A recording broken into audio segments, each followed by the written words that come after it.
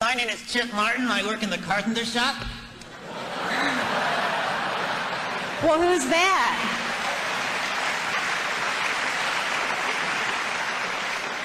But I must look like a vice president because they let me sit in the front.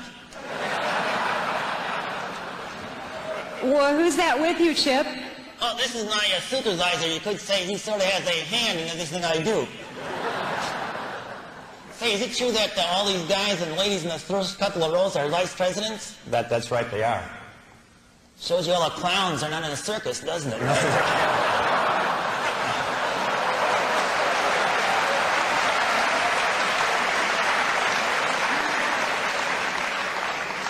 These people are not here to be insulted. No? No. Where do they usually go? No. Hey, there's Ray Farley, the president and new CEO of Johnson. Hi, Mr. Farley. Who's working his head? No.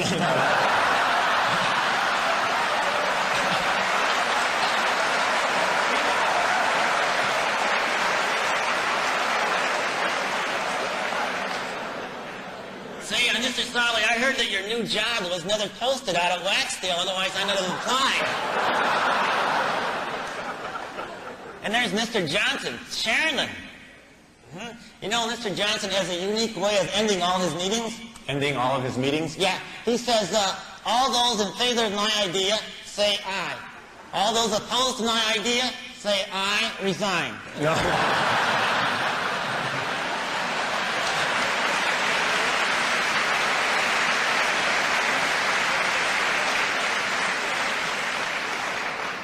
By the way, Mr. Johnson, that's a nice horseshoe haircut. They're coming back in style.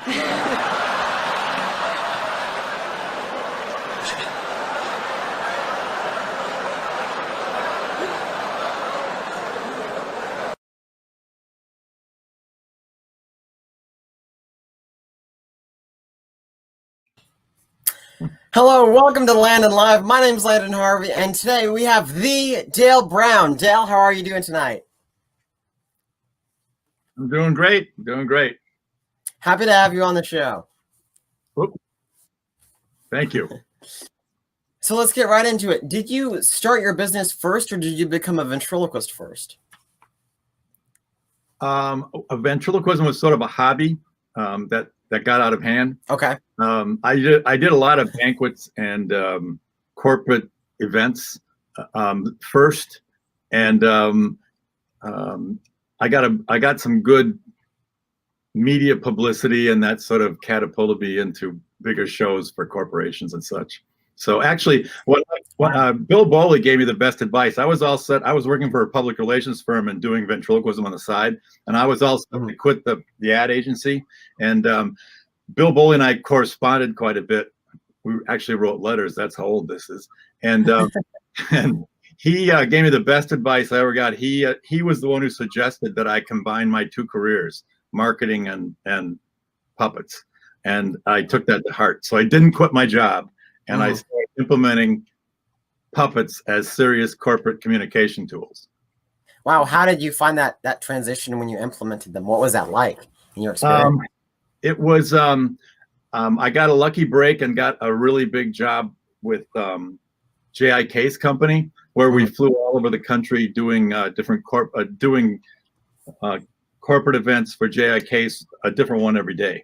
And so I was gone up for about 2 weeks. I flew in their corporate jet, and and it was I was on stage with one of their I think their senior vice president every day, and he was the one who said, you know, this humor and delivering serious messages through humor really works.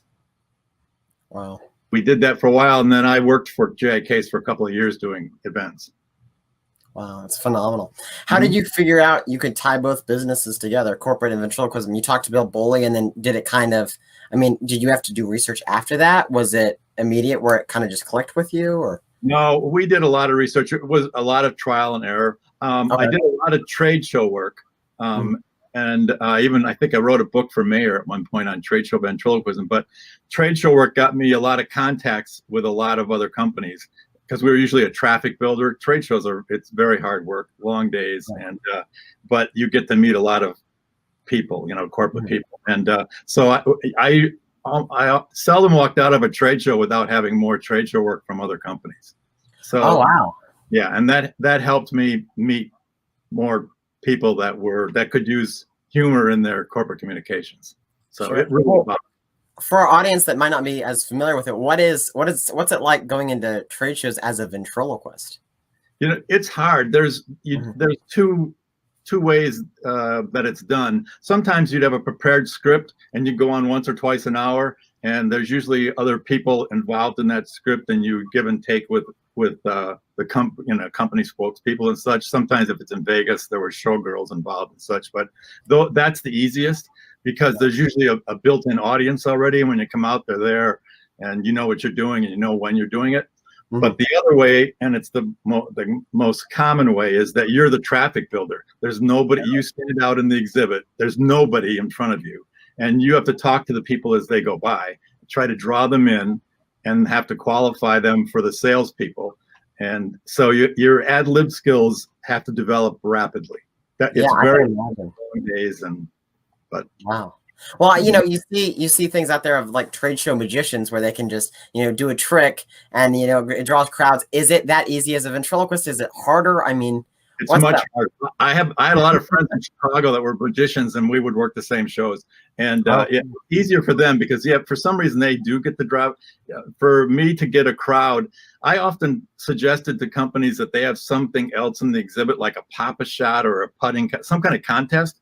And then I would draw people into the contest. Then Chip would start chipping at them. And also qualifying them for the salespeople, and that would draw the crowd. And then once you get a crowd, it sort of builds on itself. So, but it's hard to get the crowd. You can work all day and get 3 crowds in a day.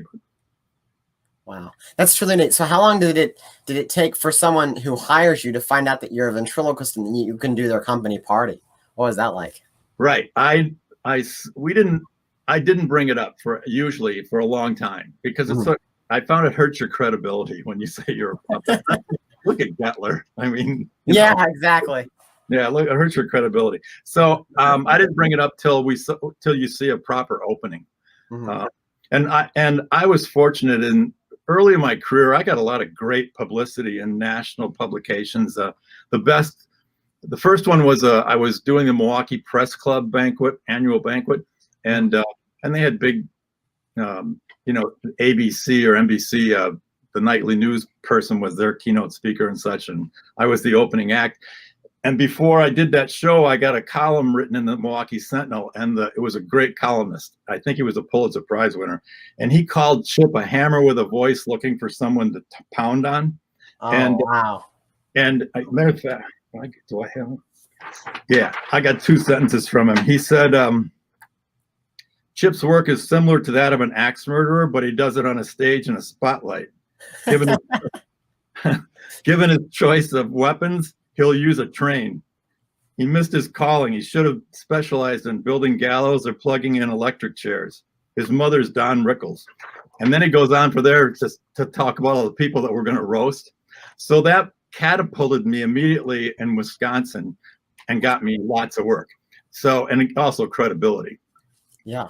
And then shortly after we started doing the work for J.I. Case, there was an article about us in the Wall Street Journal called, Can You Drink a Glass of Water and Fire Me at the Same Time? Because we delivered we were doing serious messages. This were like whenever there was a recession going on and companies were having a tough time, and that's why they were hiring us to come in and help soften very difficult messages. So the headline on the Wall Street Journal article wasn't to my liking, but the article was good. It talked about Yeah. how we use humor for big Fortune 500 companies. And I actually got work off that article for 15 years. People would call me and say, I had this article in my file. Can you come to our company and do something? So the Wall Street Journal is worth every penny you pay for ads. Yeah, that's amazing. So did wow. So how did that work? Did they have you, I mean, like did they actually have you say, you know, or like fire people, or is it more like after your bit they did it, or before your bit, or do you have any stories from that? Yeah, we have great stories, but normally at a big corporate event, like the clip you showed ahead of time, that was that was for Johnson Wax, I think. And there were like 2,500 people in that audience. And plus we were videotaped all over the country for them. So, and that kind of huge event, you have to do lots of research and the scripts have to be approved and everything. But the way it's all set up is, the puppet the person on stage, which was usually a president or vice president, they would, instead of coming out and giving their normal speech, the employees, at one point they would say, does anybody have any questions? And I would be in the second row usually with the puppet, and I had him raise his hand and he says, oh, you have a question, come on up here. And then we would come out of the audience. And Chip would, oh, that's great. He would always be introduced as someone that was from the rank and file, one of the employees. He was one of them. So he got to ask the questions and say all the things that the people in the audience would love to have the opportunity or the nerve to ask. So they were always rooting for him. You know, he could the president. I mean, I remember one of the lines for Jack Case was, you know, if we're all taking salary freezes, why are you still driving a Mercedes to the president? You know, and the president says, I drive a Chevy because they're made in Wisconsin. So, but so instead of just giving a regular speech, we get the audience's attention because they're rooting for this puppet. Yeah, poking fun at the company. But then he also is asking serious questions, and the questions are the things that the president would have talked about in his normal speech, but people wouldn't have cared. But because it's asking the question, they go, yeah, what about that? And then when the president gives the answer, the puppet repeats part of it. He says, you mean, and then he reinforces it. So they actually hear it twice. So, I mean, we did studies and polls, and the people, their retention more than doubles when the puppet was used and when it wasn't used. So how long did that take you to hammer that out, to figure out that that's like tried and true, and you're gonna, I mean, did that take a few shows to get down? Did it just test? Yeah, that case helped a lot because they let us do a lot of different corporate events, and we hammered out a lot of details. But once we got the gist of it about the puppet coming out of the audience and being one of them, and that we knew that was a formula that would work. So phenomenal. So were you ever hired twice at these events, and what was that like going in for the second time? Yeah, some companies used, like I worked for some companies for almost 20 years. Okay. So after we did after people learned that when they saw the puppet, it was going to be a good time. It wasn't just going to be a serious, you know, boring event.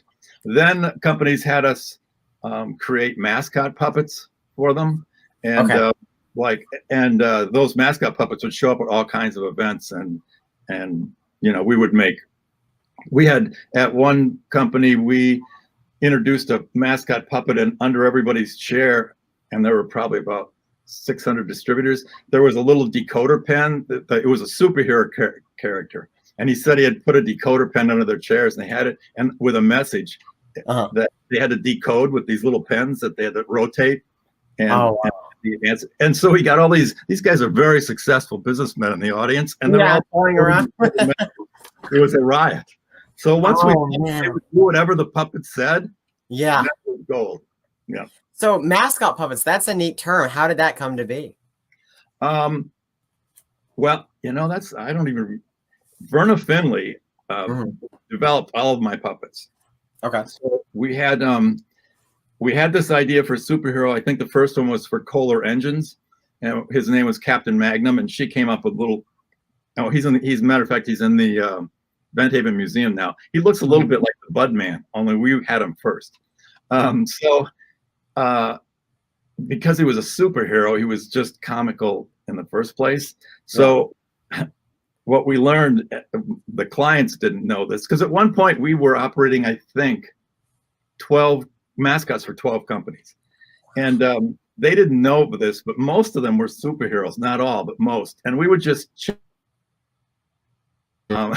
and because he would, most of the puppets wrote newsletters for the companies and did videos and did letters to distributors and customers and such. And so we just used the different costumes for the same character. And a lot of the companies thought theirs was the only one. But oh, man. That's hilarious. So you're not just performing with this the one time you're hired to do like a banquet and some ceremony. It's different types of content that you're sending in to them for their newsletters or website right. and anything else like that. Right. Wow. And the newsletters and such work the same as when you're on the stage. The puppet, he gets away with things that a person can't. Like in the clip you showed in the beginning, the puppet's making fun of the CEO's hair being bald. Well, you can do that as a person, but the puppet does it, and he almost gets a standing ovation for doing it. So, I mean, I've pulled out this really old brochure that we had, but it was called "Pulling Strings for More Productive Meetings, Seminars, Training Sessions, Trade Shows, Exhibit, Employee Assemblies, Convention Addresses, Sales and Distribution." So we did a lot. So if you had a mascot puppet, it would do all those things. So was it like when they would sign up with you to do something like this? What did the mascot puppet, was that like at the end when you would perform with it, so they'd see all this content and then they'd see you perform, or was it at the beginning stage? It was usually, the mascot would usually come out near the beginning and do all this sales stuff, and then it would be very typical that at night at a big banquet for all these people, I would do my banquet act with my regular character. So what did you work with first before CMOC made Chip Martin? Originally I bought a little mayor figure. Okay. I called him Louis. I was a teacher I taught high school journalism for 6 years, and a friend of mine and I would do an annual banquet for all the other teachers, and it was a very funny banquet, and he and I scripted it all year. Well, he quit teaching, and so I was left with it alone. So I had messed around with ventriloquism when I was a kid, 6th and 7th grade. So I bought a figure from Mayer Studios. It took their course over the year, and then did this banquet at the end of the year with a stupid little puppet. And and that's how I got into banquets. So my first puppet was from Mayer, and then I bought a Lobick figure, probably from Mayer too, and that figure's in Bent Haven too. And then I got the CMOC figure. So phenomenal. How many figures did Al CMOC make for you? 3. 3. He made one for me that I used for a year that I never liked. I just never, he looked like a pixie to me. So when the next year's convention came around, I brought it back to him and said, and he had my current chip on his table to sell. I said, I want that figure. That's the one. So we negotiated throughout the entire convention, and eventually we came upon a deal. So I traded my other one and paid him some more money. And he made an old man for me too. But I think I don't know what happened to that, if I gave it back to Al to sell or what. But Guido, he was a street sweeper in Venice, Italy. He used an aqua lung in a broom. Oh, nice. Love that. So did you switch to Werner, or at the same time that you were getting things made by Al, you found Werner? After CMOC made those characters, I found Verna. She was a delight. We would give her, sometimes we would give her just ideas and she would come up with a character, but other times we would have an artist rendering on our end do it. I would send them to her, and then she would make the puppets, and they were always perfect. I mean, they were just like the drawings. And many times we had puppets made to look like the president of a company or a vice president. And so she would make character puppets that looked just like him. So we would come out and do a show in front of everybody, and the president would never know that we had this puppet. And at the end of the show, we'd bring out that puppet, and it would be him. So it would be such a huge hit. And then we would give the puppet to the president, so he couldn't be too pissed. Right. Getting a puppet, but that's right. So it was a one-time deal. So the character puppet of the president you'd give away, but the mascots you kept, so you had. Yeah, I learned early on. We had a character for harness figure cranes, big cranes, and he was called Pete Techmeister, and he did newsletters for them, and we did a lot of sales meetings, and he worked at their trade shows. And then one day they asked for the puppet, and I said, "What?" And they said, "Well, we paid for him," and so it was a legal puppet. But then after that, we always had a contract with our clients that I owned the characters. Right. So I lost one puppet, but the rest I kept. And actually, there weren't too many because it was the same guy dressed differently. But.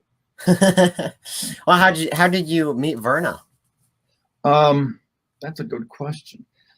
I bought a couple of puppets. Was it Beverly Clip? No, somebody repped her at the convention for a number of years, and I think I bought a puppet, and Verna was always this invisible person that nobody had ever met or knew about or something. And somebody might have been Al Gettler. Somebody discovered who she really was, and this lady who was selling for her was selling way over what Verna thought her puppets were being sold for. And when Verna found that out, that was the end of that rep, and Verna came to the convention.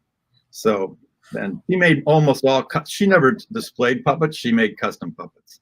So she was. Oh wow! Yeah, I would. Did you ever have a table, or was it just like you know where Verna is, and you can? Wow. Right. She never had a table. You would call her up and say, "This is what I need," and she would say yay or nay. She was excellent. She was such a class. Well, I think she's still alive. She's in Florida, but she's such a classy lady. She was great.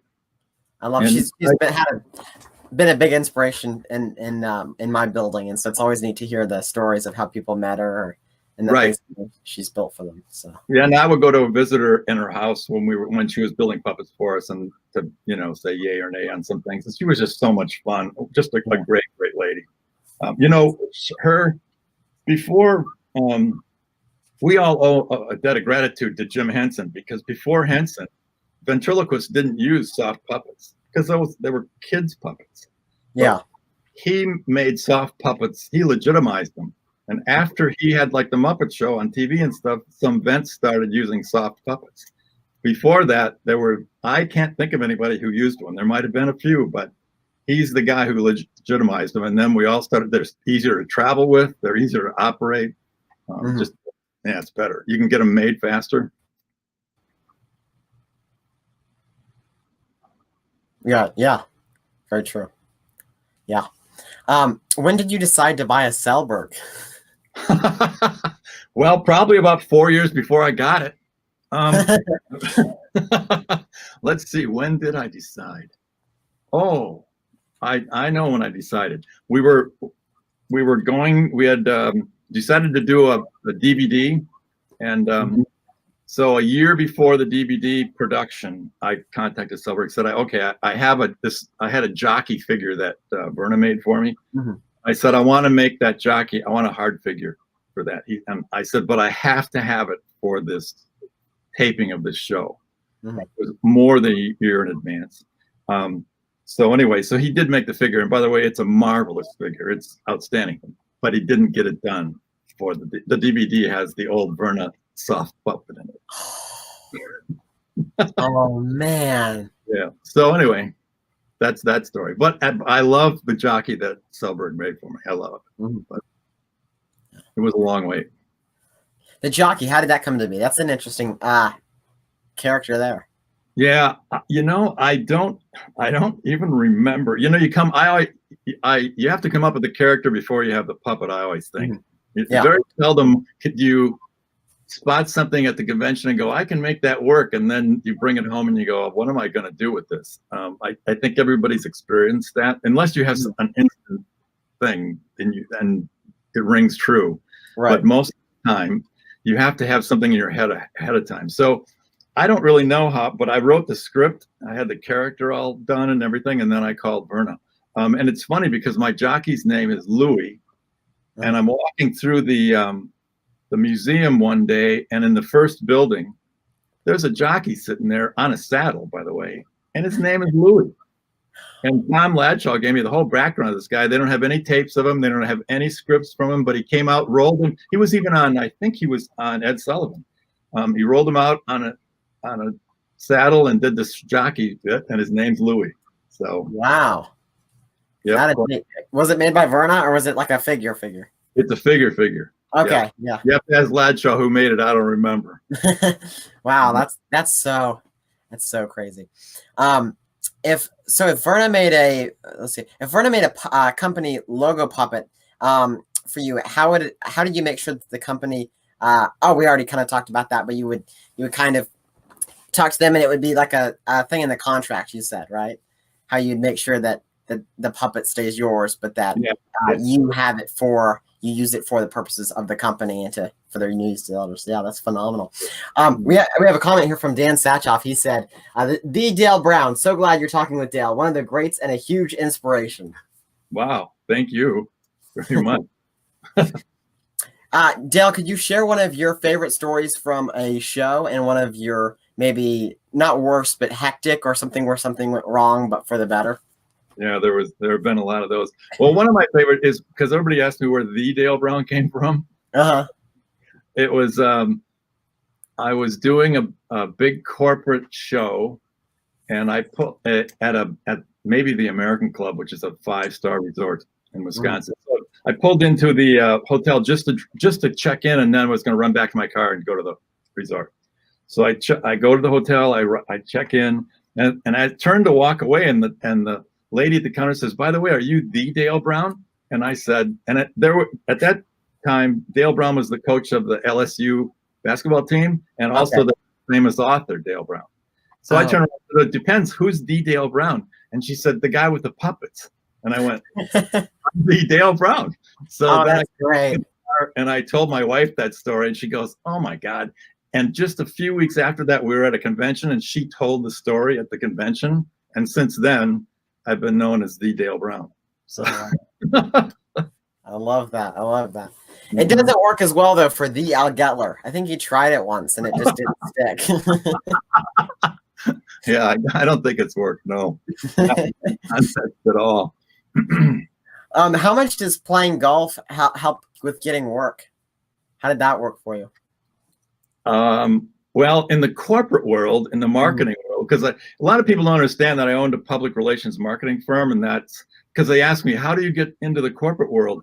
Well, I already had an in because I already had credibility as a marketer and a public relations firm. So, I mean, it's not the normal route. But yeah, in the corporate world, in my day, I've been retired for 8 years now. You play golf, you do business in the golf course. Yeah, it was just, you had to learn how to play golf. So you have them for 5 hours on a course. So you're going to, there's fun, but there's also business, and there's nothing to distract you. So. Sure. What about driving race cars? That is an expensive hobby. Yeah, I did that for 15 years. It was the most fun I've ever had in my life, but it's not an inexpensive sport. They don't tell you in the beginning when you're learning that you're probably going to crash a few times, and that ends up being expensive. And I ended up in a year before I retired, I ended up in the hospital with a big crash at Road America, but which I'm still dealing with. It's my back. I'm having surgery on Thursday. Okay. I'm still dealing with a back issue from that crash, but anyway, it was still fun. I would do it again. Yeah. How did you get into that? I think a friend of mine suggested I take a Skip Barber racing school up at Road America, and I took a 3-day course, and I got hooked right away. It was the most fun I'd ever had. So it was probably the worst thing I ever did too, because it's not cheap. Yeah. Yeah, ventriloquism, high-end Selberg figures, and race cars. You picked very expensive hobbies there. Let's see. Dan Satchoff said, is Chip the only figure CMOC ever built for him? No, it is not. We talked about that a little bit earlier, but you can go ahead and answer that in a quick blurb. He made a man figure for me, Guido, and I think he actually made that because we were doing some kind of corporate training movie, and I had I think I had 6 or 8 month window before that training film was going to be taped, and I told CMOC about it, and knowing that he took at least a year to make a figure, but he had this Guido figure almost done, and so he finished it off and sent it to me, and I said, yeah, it's perfect. So I used him for a few years, and then I think I offered it back to CMOC so he could sell it again. So, but yeah, he was CMOC made great figures. They just have character, you know. Yeah. They speak to you. Yeah. Everyone that has a CMOC loves theirs. I know that much. Right. Absolutely beautiful figures. What is maybe a story from a show that things just went out of control, or something happened in the audience, or something happened that was out of your control? Port, I think at the Hershey Hotel. Okay. I think it was the Hershey Hotel. And I was flying in, and this was a big break for me. I hadn't opened for other entertainers yet, so this was going to be a big deal. So the plane lands in Hyannisport. I think that's where you land, and then you have to drive to the Hershey Hotel, rent a car. But when we landed, my big black case that had all the soft puppets wasn't on the plane. I had Chip's head and his body, but none of my other puppets. So I was distraught. Yeah. I think I pinned the guy behind the counter up against the wall and said, how often does this happen? And he says, every flight, every day. So Wow. Anyway, he said, I told him what was in the case and why I had to have it. And he said, we'll get it to you. We'll get it to the Hershey Hotel. It'll come in on the next plane, and we'll get it to you. So I had to go to the Hershey Hotel. I had to meet the Smothers Brothers and say, I don't have an act. I got a head. Chip's head, and that's about it. And they were so nice. They go, we totally understand. Don't worry about it. They were just great. And so I'm backstage waiting, and the airline delivered the puppets with about 15 minutes to spare. So I was very tense. Man. But again, the Smothers Brothers were just great about it. They were super. So and it went great. Wow. And then do you have a favorite show memory that just strikes you as, wow, I wish I could, go back to that and love it again? Well, I don't know if I have a favorite one, but I always found it interesting, and you probably know this too. You can get a standing ovation one night and you go, this is the greatest thing in the world. I'm really good. And the next night, the very same show, different audience, you totally die.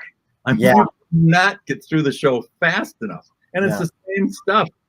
So I've never figured that out, why that is. But it humbles you very quickly, because there's nothing worse than dying on stage. It's just, it's sad. My wife traveled with me a lot, and when she knew I was dying, she would go to the bar and get a drink for me, so she would have it ready when I got there. I remember once we were doing a convention, and I used a shaggy dog as one of my characters, and during the show, his ear fell off. And this was a Beverly Clipper. Is that her name? Clipper. She made the puppet. And this was probably at least my second or third one. Anyway, his ear fell off during the show, and we started ad-libbing about he should be screaming, or friends, Romans, countrymen. It was all kinds of ad-libs, and there wasn't one ad-lib that didn't get a bigger laugh than the other one. And in the middle of the ad-libs, the dog yelled out, because my wife's in the back, he yelled, Leslie, write all this down because we're going to use it again. So, and she was taking notes. She was writing everything down. Yeah. And, so after the show, the next day I called Matt Puppets and said, can you make me another dog and Velcro the ear so that I can pull it off every show? And she did. And so I've been using that one forever. Oh, wow. She made a couple for me, but yeah. So that's why the best ad-libs are the ones that are coming. They happen by accident, and you keep them. Yeah, I love that, and I've heard that bit of advice from many other performers, and it's very true. And I found it true to myself too, as a ventriloquist. So it's truly a neat thing. Who are your inspirations going into the art, and do you have a something someone told you that's always kind of stuck with you for performing? Well, without a doubt, Paul Winchell was my inspiration. As a kid, he was the guy who was on every Saturday morning, and I was just enamored with him. I bought a Jerry Mahoney puppet out of a Sears catalog with money that I got on my paper route, I think. Okay. And I was in 5th or 6th grade at that time. And then when I was in 7th or 8th grade, I had this great idea, and I painted my Jerry black. And I did a little script and everything, and I brought him out to do a little show for my mother in the living room. And this was during the 60s at the height of racial unrest in this country. Yeah. And I did that show for my mother, and she walked over, she took the puppet, and I never saw it again. It was gone. So apparently, Man. Offensive. I remember nothing about it, but it wasn't a good idea. Yeah. Wow. Wow. Well, do you have a piece of advice that someone at the convention or a friend has shared with you? That's I don't think it's so much advice, but I've hung around enough with Jeff Dunham to that guy is never not working. I don't think most people understand how much he works. Most of us hone our acts because we're not on TV, or we don't do stadiums and repeat the stadiums every 2 years. So we hone our acts. They may change and evolve, and you make them better all the time, but you don't write a new act every year. Well, Jeff Dunham writes a new act every year. I mean, every show he does, he puts some new stuff in and decides what's good or bad, and then eventually he has a whole new show. right. He's never not working, and that's the key. To get better, you can never stop working. Every time you have an idea, you got to write it down, and then the next day, get on the computer and start hashing it out and making it better. It's funny because I always thought I honed my show, and then one day Leslie and I are looking at old videos, and some of the videos were only like 3 years old, and my act was totally different. I went, well, why aren't I doing that stuff anymore? That was funny. But you just evolve. You change things and set some things aside and do new. Yeah. It's nice to do new things. I always like getting new characters because Speaking of new characters, what did you look for when you got a new character, when you had one made? Was there something that you were very particular about? Did it vary? I'm very particular about eyes. I think CMOC sort of CMOC, a lot of his figures have sleepy eyes where the eyelids are a little bit down, but my Chip, the eyelid is not, and you can see white all the way around the eye. His eyes are big, and all of my characters, the eyes are big. It's a focal point for me. It adds character, and they look better on stage, I think. Everybody has their groups, but that's for me. Yeah, that's a great point. The eyes are the the gateway to the soul or something like that? That's right. That's love that. Love that. Yeah. That's a big thing I look at too when I build puppets, making sure that, when you look at the profile of the puppet, not having to tilt the head down, or that you can see, Right. I have a bag lady that Verna made for me, and she's very similar to, I think Bill DeMar had one, and Ron Lucas. And so they all look a little bit alike, but they have a big nose. And I think Jeff Dunham had one when he years ago. Did he really? Yeah. Oh, excellent. One has a big nose, and you got to make sure that if it's looking straight out, the nose doesn't cover the eyes, because puppets it does. So that's funny that you brought that up. What was the story behind the bag lady? Because that's a very specific look, and so it was funny to see it used by other performers. Oh, I don't know who had it first. Do you know who had it first? No, I don't either. And I don't think I talked to Bob, and we were talking about that the other day, and he's like, I have no idea who had it. I don't think anyone knows. I know Bill DeMar his was a troll. Okay. I don't know, what is Ron Lucas's? Is that a troll too? Yeah, I think he called it like Tilly the Troll. Okay. I think DeMar might have had his before mine, because when DeMar was coming through town, he often would stay at my house, and he would pull puppets from my daughter when she was really little. And I think I remember him pulling out his troll, but at that time I wasn't thinking anything about. I just wanted a puppet with a big nose. I don't think I asked her to copy his, but that's why. Right. I like puppets that use props. And with a bag lady, you can pull stuff out of her bag. Like in in my act sheet, I pull out pictures of her past and of her husband and Oh, I love that. all the booze. And so anyway, it gives you, it helps write the script for you. It makes it easier, actually. And so you can say you're pulling out a picture, but it can actually be the script. Oh, that's great. Mm-hmm. I love that. Yeah, I'm working on a character. She's an old lady. That's kind of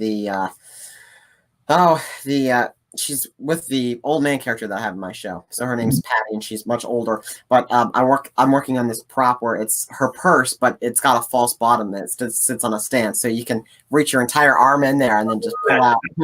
That's a great idea. I love it. Pull out a bunch of random props that I bought from the dollar store. Right. Just stuff an old lady would have. But it's really, I love that too, because it changes the perspective of the ventriloquist with the puppet, and then it's two characters on stage focusing on something else. Right.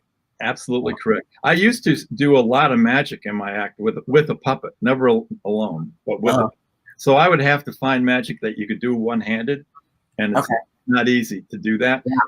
But magic, as a rule, and it's, if something goes wrong, you only have one hand and you can't fix it.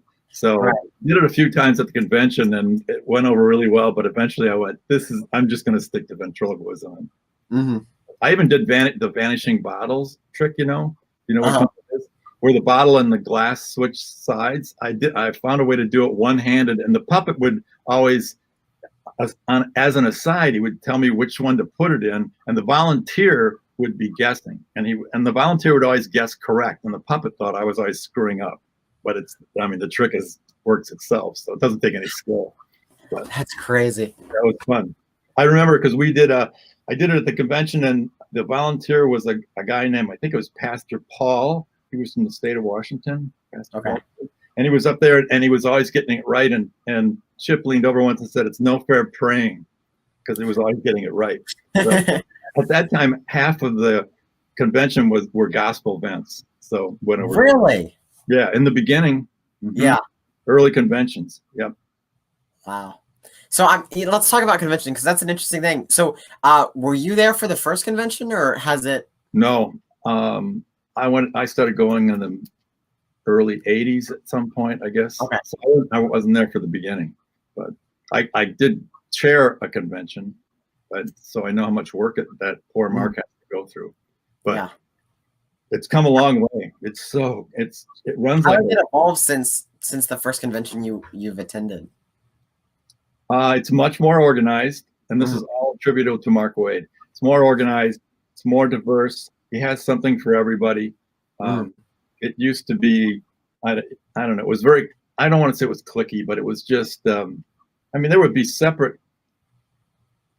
there were separate workshops for separate kinds of groups, and it just wasn't. It sort of divided us instead of bringing us all together. So Mark's brought us all together.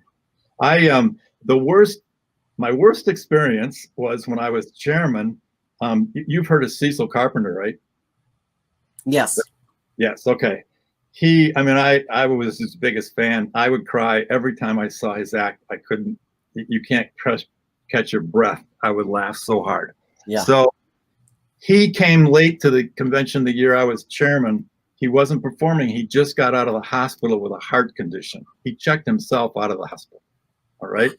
So he comes to the convention, and everybody loved Cecil. So everybody's happy that he's there, but he looked gray. He didn't look well.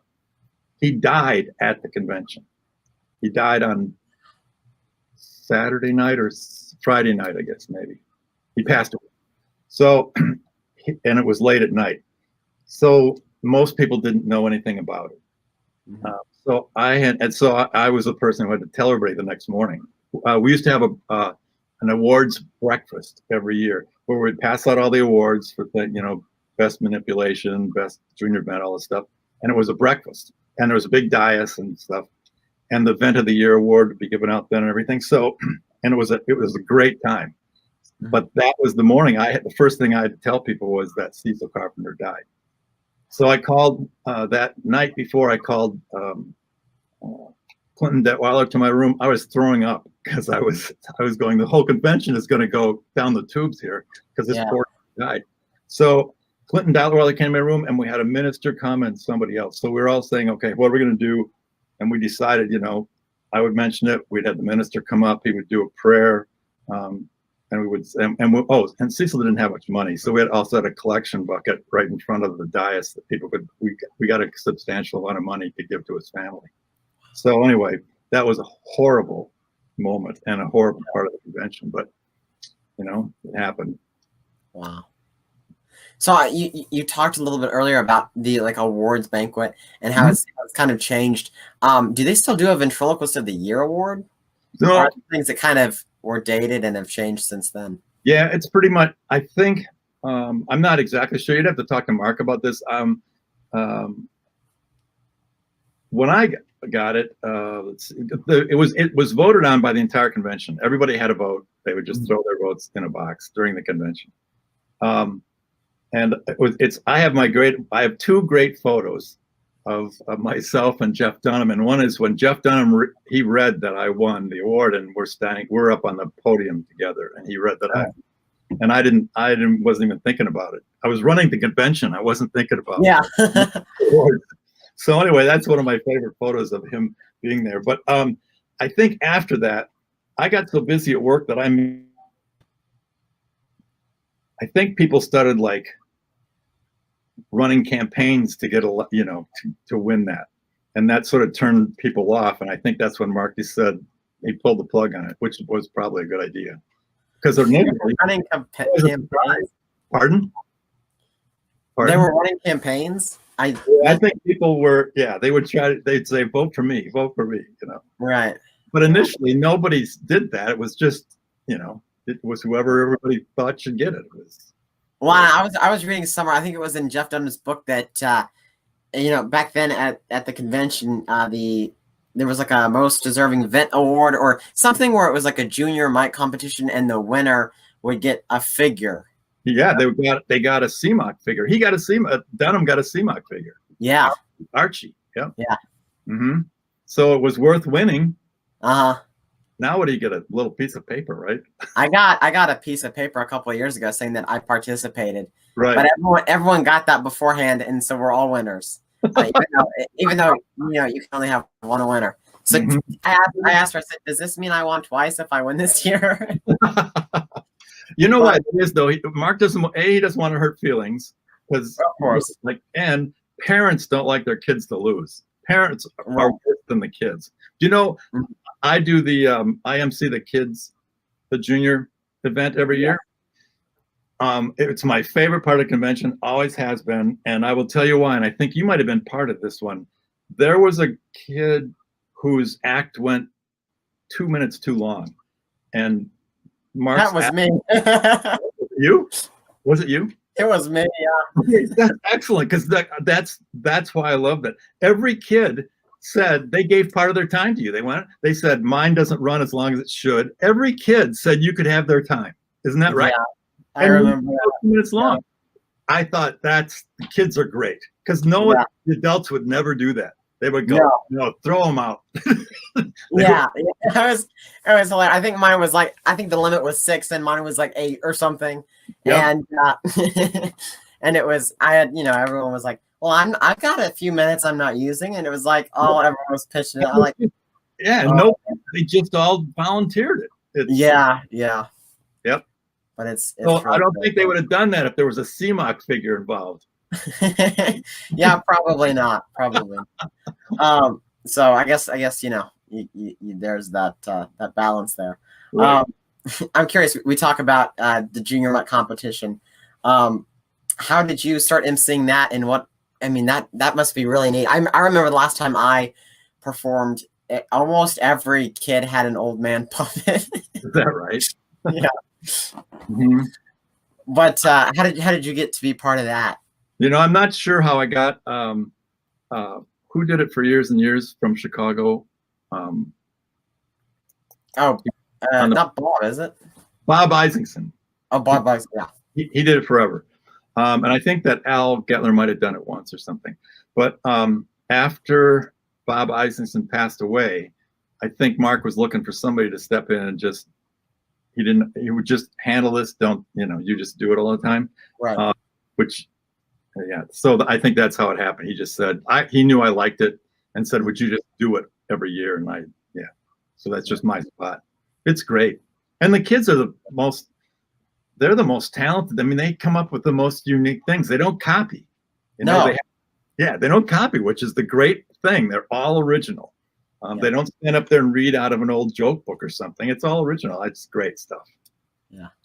Yeah. It's, man, it's really, I remember 2 years, it was 3 years ago, but I had performed and I went up without the figure when I was introduced, and I performed and I said, "How are we all tonight?" And then the year after, every kid did that, and I was the last act. So right. literally it was from the first act, and they all asked how. It was just great.